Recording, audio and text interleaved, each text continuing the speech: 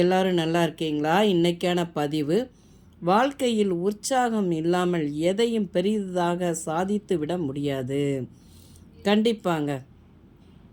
மனசில் சந்தோஷம், ஒரு ஆர்வம், ஒரு உற்சாகம் இருந்துச்சுன்னா, ஒரு மலை கூட மலையளவு உள்ள பிரச்சனைக்குள்ளே ஒரு கடுகு போல் ஆகிடும் பார்த்துக்கோங்க. ஒரு பழமொழி சொல்லுவாங்களா, மலை போல் வந்தாலும் கடுகு போல் போயிடணும். அந்த மாதிரி மலை போல் பிரச்சனைகள் இருந்தாலும் அது கடுகு அளவுக்கு ஆகிடும். ஏன்னா நம்ம மனசு அவ்வளோ சந்தோஷமாக இருக்கிற நேரங்களில் நம்ம மனசு சோர்ந்து போயிடுச்சுன்னா, எவ்வளோ ஒரு சின்ன கடுகு போல் உள்ள ஒரு வேலை கூட நமக்கு பெரிய மலை மாதிரி தெரியும் பார்த்துக்கோங்க. இதை எப்படி நான் பண்ண போகிறேன், இதை எப்படி நான் செய்ய போகிறேன் அப்படின்னு சொல்லி சோகமாகவே சோர்ந்து போய் நம்ம உட்காந்துட்டோம்னா எதுவுமே நம்ம சாதிக்க முடியாது.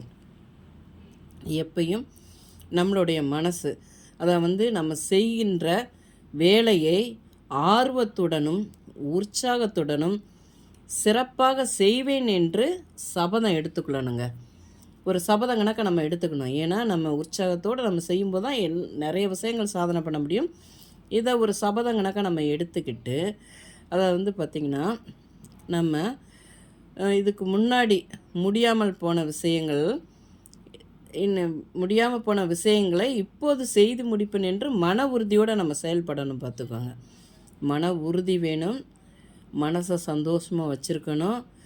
எப்பயும் உற்சாகத்தோடு நம்ம இருந்தோன்னு வைங்களேன், நம்ம உடம்புல ஒரு நோய் கூட வராதுங்க.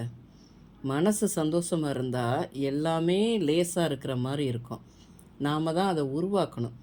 ஏன்னா நம்ம ஒரு சின்ன சின்ன பிரச்சனையை கூட பெரிய லெவலில் கொண்டு போய் நம்மளே அதை ஒரு கற்பனை பண்ணி நம்ம உடம்பை கெடுத்துக்கிறதுக்கு எல்லா இதையும் நம்ம ஒரு சின்ன விஷயத்தை சின்னதாக நினச்சிட்டு நம்மளை இதுவும் கடந்து போகும்னு சொல்லி ஒரு மனநிலையை நம்ம உருவாக்கிக்கிட்டு எப்பையும் சந்தோஷமாக உற்சாகத்துடன் ஆர்வத்துடனும் நம்ம செய்கிற தொழிலாக இருக்கட்டும், நம்ம குடும்பத்துலேயும் சரி, நம்ம அதே மாதிரி இருந்தோன்னா வாழ்க்கையில் சந்தோஷம் எப்பயும் நிலச்சிருக்குங்க.